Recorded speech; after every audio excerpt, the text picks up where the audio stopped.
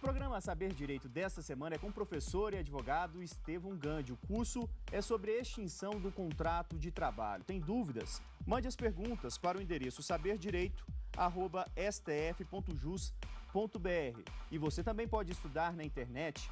O endereço é o www.tvjustiça.jus.br.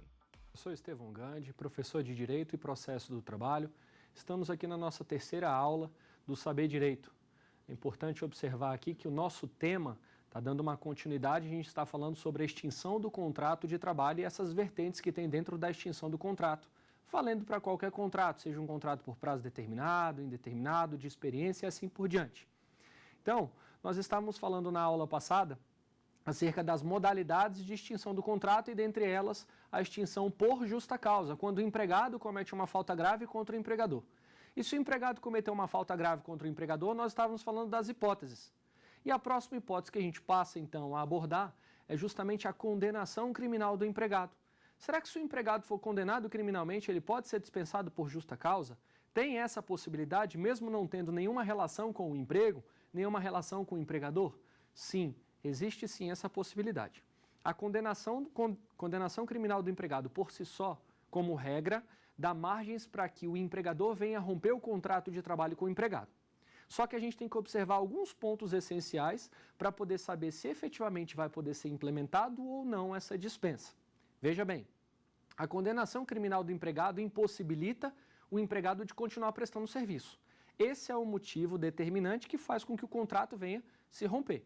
Então, se ele não tiver impossibilitado, é lógico que ele pode continuar prestando serviço.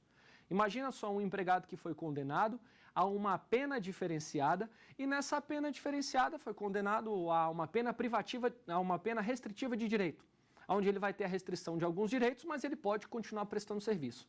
Será que esse empregado vai ser mandado embora? Esse empregado não vai ser mandado embora porque ele não está impossibilitado de continuar prestando serviço. Então tem que manter esse empregado na empresa? Tem. Ele pode até perder o emprego, mas não por justa causa. De repente o empregador não tenha mais interesse e dispense ele sem justo motivo, mas por justa causa não. Então é justamente essa impossibilidade do empregado continuar prestando serviço. É por isso que nós vamos pegar e vamos mandar o empregado embora. E aquele empregado que está só respondendo por um crime, respondendo a um processo criminal, ele pode ser mandado embora? Senhores, não pode ser mandado embora enquanto não houver o trânsito em julgado da decisão. E o que é o trânsito em julgado? É justamente quando não comporta mais recurso e fica comprovado que ele cometeu aquele crime e por isso ele sofreu uma penalidade. Então tem que tomar cuidado. Se ele perguntar, a condenação criminal do empregado por si só faz com que esse empregado seja dispensado por justa causa? Está falso. Existe um princípio constitucional previsto lá no artigo 5º da Constituição Federal, que é justamente o princípio da presunção de inocência. Se eu presumo que o empregado é inocente, eu não posso chegar e mandar embora só porque o empregado está respondendo a um processo criminal. Então esse é o primeiro ponto. O segundo ponto, se ele já foi condenado ou não. Muitos empregados que são condenados criminalmente ainda não teve o trânsito em julgado da decisão, ainda está pendendo de recurso e nesse recurso pode ser reformada a decisão. Se for reformada, mais um motivo para ele não perder o emprego, porque senão ele está sendo penalizado não só na esfera criminal, como também na esfera trabalhista com a perda do emprego.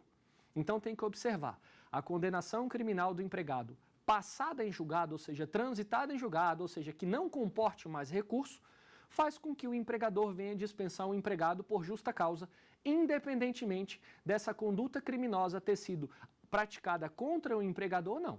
Tanto faz. O fato é que ele vai ficar impossibilitado de prestar o serviço e, consequentemente, o contrato dele vai ser rompido, ok? Agora tem um ponto. Muitos empregados que cometem esse tipo de falta grave, que é justamente a responsabilização criminal por algum crime cometido, eles sofrem uma condenação que é transitada em julgado. Mas essa condenação criminal transitada em julgado, ela pode ter uma suspensão da execução da pena. O que é a suspensão da execução da pena? Em vez dele cumprir a pena num determinado regime onde ele fica impossibilitado, ele vai cumprir a pena de um outro modo, a fim de facilitar a continuidade dessa prestação de serviço. Mesmo que tenha a condenação criminal do empregado transitada em julgado, se houver a possibilidade de suspender a execução da pena e isso for implementado, esse empregado não pode ser dispensado por justa causa. Então tem que ficar de olho nesse ponto, porque é uma hipótese de mandar o empregado embora independentemente do crime ter relação com o trabalho, independentemente de ter repercussão dentro do trabalho. Mas ele está sendo mandado embora porque transitou em julgado e provavelmente é porque ele está cumprindo uma pena privativa de liberdade, ou seja, cadeia, xilindró, não tem possibilidade dele continuar prestando serviço. Tudo bem? Mas se houver a suspensão da execução da pena, paralisei o cumprimento daquela pena daquele modo e o empregado continua prestando o serviço. Aí não tem nenhum problema. Tudo certo até aqui? Então, condenação criminal, mais uma hipótese. Agora a gente vai passando para outra hipótese de extinção do contrato por justa causa. Quando é que eu posso mandar o empregado embora por justa causa? Eu brinco muitas vezes quando estou dando aula e falo para os alunos o seguinte: isso aqui é praticamente impossível nos dias de hoje, a gente não vê. Empregada, principalmente mulher, pratica demais esse tipo de falta grave. E é claro que vai ser uma falta grave se o empregador proibir. É o que a gente chama de negociação habitual e também chamado de concorrência desleal. Aí as pessoas falam assim, mas você está discriminando. Não, não estou discriminando, estou só brincando, só fazendo uma observação. Como é que funciona a questão da negociação habitual? Imagina só que você leva produtos para poder vender dentro do local onde você presta o serviço. Então você trabalha numa grande empresa e quando dá 10h30 da manhã, quando todo mundo para poder tomar um cafezinho, você está trabalhando, está prestando serviço também, pega uma mala cheia de lingerie e começa a mostrar para as colegas, ou então sapato, ou então bijuteria, ou então bolsa, ou então maquiagem, ou então você leva as suas revistinhas e pede para a pessoa colocar o nome assinado no nome, ali assim na frente do produto que ela quer, depois de um determinado tempo isso chega. Eu falo isso porque lá no meu escritório já aconteceu demais isso. Então tinha algumas advogadas que elas viajavam para o exterior ou então viajavam para outra cidade, compravam muito produto e levavam para dentro do escritório para vender para as colegas.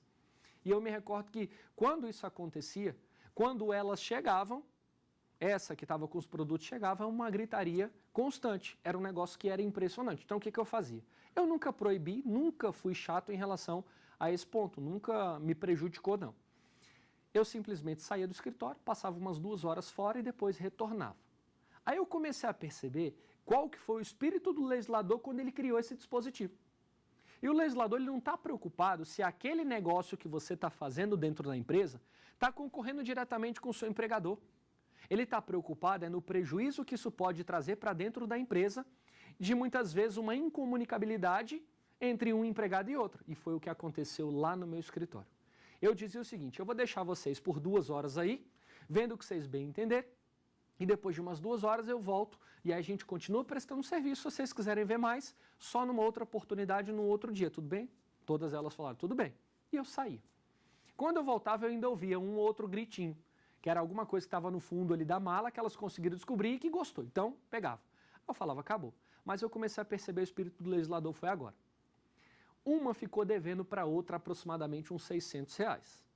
E diante dessa dívida dos R$600, ela descobriu, essa credora descobriu, que a devedora, que era a minha empregada também, ela ia ser dispensada. E eu peguei e dei o aviso prévio para ela. Falei, olha, daqui a 30 dias o contrato vai acabar, porque você tem 9 meses de prestação de serviço, aqui a gente está fazendo uma reformulação. Eu expliquei tudo para ela. Quando a credora descobriu isso, ela correu lá na minha sala e falou, doutor, eu preciso conversar um negócio muito importante contigo. Eu, pois não. Sabe o que é, doutor? É porque fulana de tal está me devendo R$600 dos produtos que ela comprou e já tem 3 meses que ela não me paga. Então ela está me devendo há muito tempo. Eu falei, olha, esse problema não é meu. Eu só deixei você apresentar os seus produtos aqui dentro, mas a cobrança é entre você e ela, que eu não tenho nada a ver com isso. E ela falou assim, será que o senhor não pode, pelo menos, descontar os valores, os R$600 da rescisão dela? Eu falei, eu não posso, porque isso não tem nada a ver com o trabalho, com a relação empregatícia que existe entre eu e o empregador e ela, minha empregada. Ela falou assim, então o que a gente vai fazer? Eu falei, olha, o que a gente vai fazer? Eu não sei, o que você vai fazer é um outro departamento. Eu vou dar a rescisão dela no dia certo e aí a gente vai resolver o problema entre eu e ela. Agora você eu não sei. E eu normalmente costumo pagar a rescisão em dinheiro, disse a ela. Ela falou, então tá. Aí quando chegou no dia da rescisão, eu terminei, dei a rescisão dela, ela assinou o documento tudo certinho, paguei as verbas trabalhistas todas em dinheiro, lá na hora que ela foi saindo da sala, estava a outra esperando, já de prontidão, na porta da sala, só encostou a minha porta e começou a discussão. E eu ouvindo, fingindo que não estava ouvindo. Estava ouvindo e não estava. Deixei um pouco. Quando eu menos espero, quase elas chegaram às vias de fato e a secretária tentou separar as duas. Eu falei, opa, peraí. Aí eu saí da minha sala, falei, a partir de agora as duas vão lá para fora e vão resolver os problemas que tem lá fora. Eu autorizei a venda, nunca impedi, só que o problema é de vocês. Ou seja, olha o objetivo do legislador, é impedir com que esse tipo de situação aconteça. Depois que ela já tinha sido mandada embora, depois que o contrato tinha sido rompido, eu vim descobrir que muitas vezes, quando uma discutia com a outra, ela falava assim, eu não discuto com você não, caloteira. Ou seja, o que tem a ver o calote que uma estava dando na outra com o trabalho? Elas não sabiam separar a situação. Não é só a mulher que vende produto, não. O homem também vende. O homem vende salame, queijo, um quarto de porco e vende outras coisas. É bermuda, é tênis e assim vai indo. Vende. O que o empregador pode proibir? O empregador pode proibir todo e qualquer tipo de venda de produtos dentro da empresa dele, tendo ou não relação com os produtos que ele vende. Ele só proíbe. Se o empregado reiterar a conduta, o empregador vai advertir o empregado, então vai dar uma suspensão para o empregado. Ou seja, todo mundo já sabe que é proibida a venda, mas o empregado continua. Ele está fazendo uma negociação habitual, ele tem o hábito de vender. Está proibido. Continuou, o empregador deu advertência, continuou, deu uma suspensão, continuou, deu uma advertência ou então uma suspensão de novo, continuou, chega um determinado momento que já não tem mais possibilidade. Ou seja, eu estou agindo dentro de uma razoabilidade para poder aplicar a justa causa ao empregado. Então essa é uma hipótese. A outra situação é a concorrência desleal. É quando normalmente o empregado ele vai se valer de toda a estrutura do empregador para simplesmente, diante de toda a estrutura do empregador, ele vender um produto idêntico ao empregador e angariar a maior parte dos clientes. Então eu vou te dar um exemplo.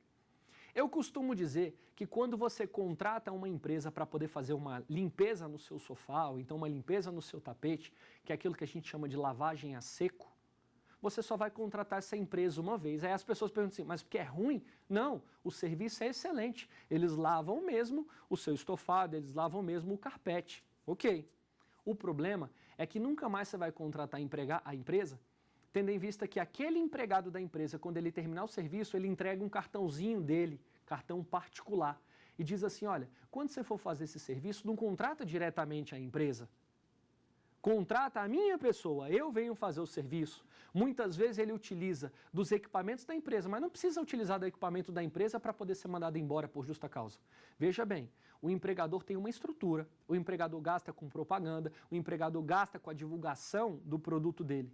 E na hora que ele consegue o cliente, que é a parte mais difícil, é a fase mais complicada, aí na hora de prestar o serviço chega um outro que não teve trabalho nenhum, despesa nenhuma e tenta pegar o cliente para ele oferecendo e utilizando de toda a estrutura naquela situação. Não tem possibilidade. Então isso é o que a gente denomina de concorrência desleal. Eu tenho um grande amigo que ele foi comprar uns vidros para a casa dele, blindex, e a casa dele é muito cheia de vidro, então tem 2 pisos, no primeiro piso blindex, segundo piso blindex, na frente, no portão, uma parte do portão é blindex, e ele chegou e fez um orçamento, eu sei que os orçamentos estavam dando valores altos, e quando ele chegou numa loja, ele conseguiu um orçamento de um valor um pouco mais baixo, e foi a loja de menor valor, ele falou, eu vou contratar com essa loja. Aí ele pegou e falou assim, antes de eu fechar o negócio, eu vou perguntar para o rapaz que monta esses vidros, quanto tempo ele vai gastar para poder fazer toda a instalação. O rapaz pegou o orçamento, é empregado da empresa, saiu, quando deu 10 minutos depois, ele volta com o orçamento e fala assim, chama esse meu amigo, leva ele num canto e fala, olha, eu faço todo esse serviço e a instalação num final de semana, eu faço tudo isso aqui por você por tantos reais, ou seja, era 70% do valor do menor orçamento que a empresa tinha feito. O empregado está concorrendo diretamente, ele falou assim, mas é seguro? Aí o empregado disse a ele, eu compro diretamente do mesmo lugar, do mesmo fabricante, onde a empresa que compra. Só que ela ganha um pouco mais de lucro e a minha margem de lucro é mais baixa porque eu também ganho na mão de obra. Resultado, ele preferiu contratar com um empregado, que deu total garantia para ele e disse que ele só precisaria pagar